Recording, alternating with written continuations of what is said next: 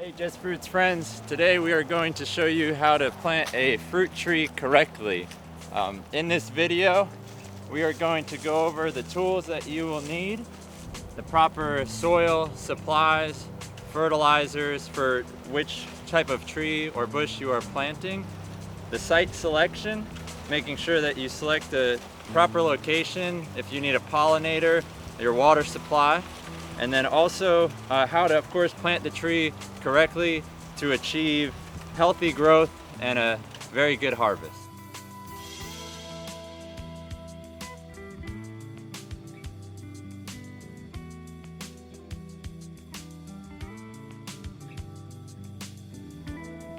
For plants that prefer acidity, like blueberries, we suggest planting with peat moss, biotone, hollytone as a fertilizer, and pine straw around the base of the plant. For fruit trees that prefer low acidity, such as peaches, plums, pears, apples, and figs, we recommend planting with mushroom compost, biotone, and tree tone as a fertilizer.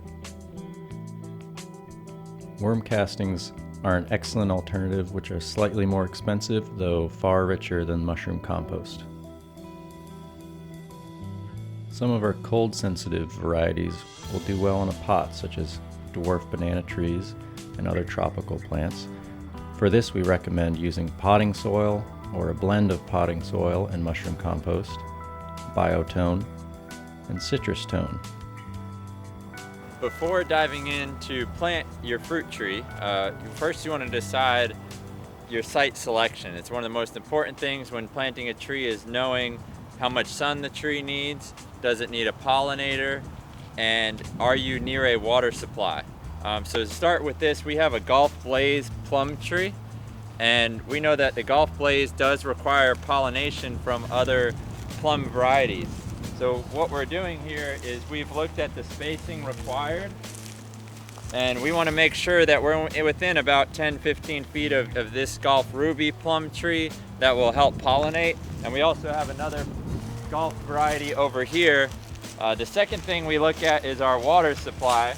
Out here we use sprinkle lines, so we wanted to make sure that we could plant it near a line, that we can attach a new sprinkler head so it can have consistent water moving forward.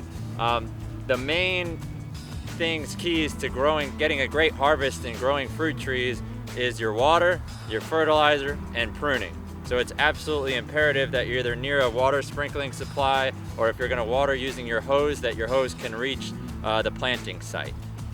After that, what we did here is we want to make sure that we dig a hole that's about 2 to 3 times as wide as the tree.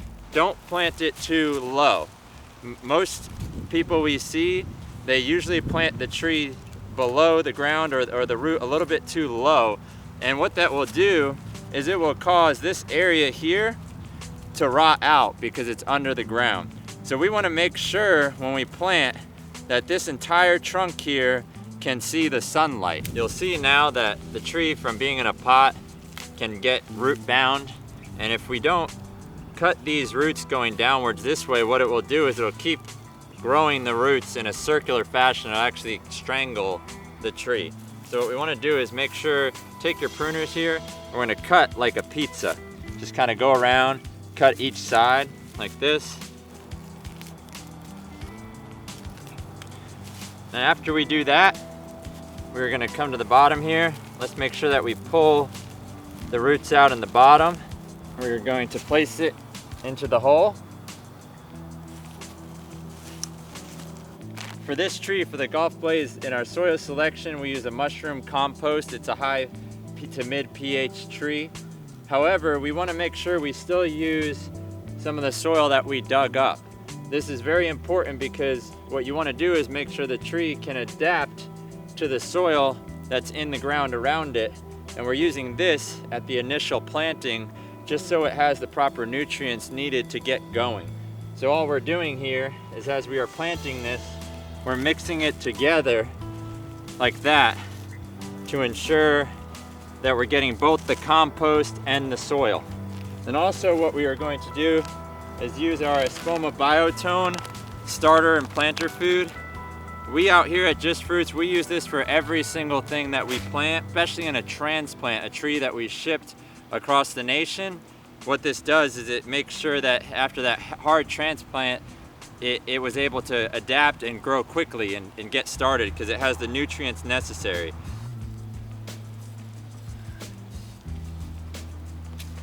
As we get to this point, what I like to do is make sure that we are watering in a little bit, water some in,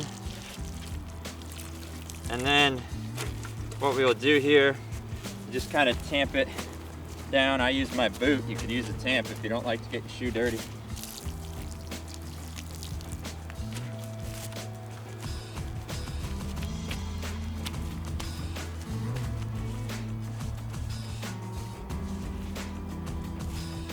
Normally I would lay fertilizer for the plum. It takes a tree tone. However, it's the winter over here right now, and we do not recommend using fertilizer in our area until after February, March, because we get freezes here in Crawfordville.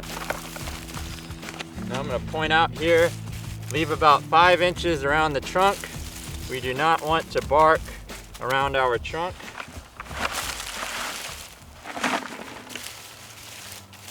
And we're just laying this about 1 or 2 inches high.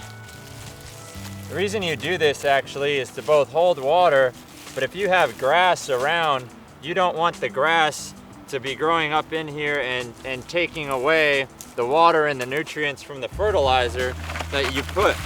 So the part of barking is not just to hold water, but also to keep the competition away. The goal in the first year or two is to really focus all the energy of the tree to the roots. We want that trunk to grow big and wide in the early years, and then what we'll do is a few years later, or 2 years later even, you'll start getting abundant harvest because you took the time in the first 2 years to let it grow a strong root system. So we're just going to actually prune and clip the tips of the tree.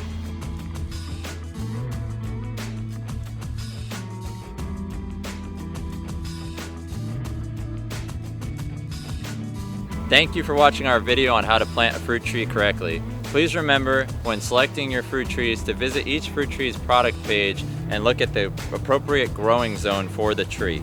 It is very important to make sure that the tree can be grown in your area.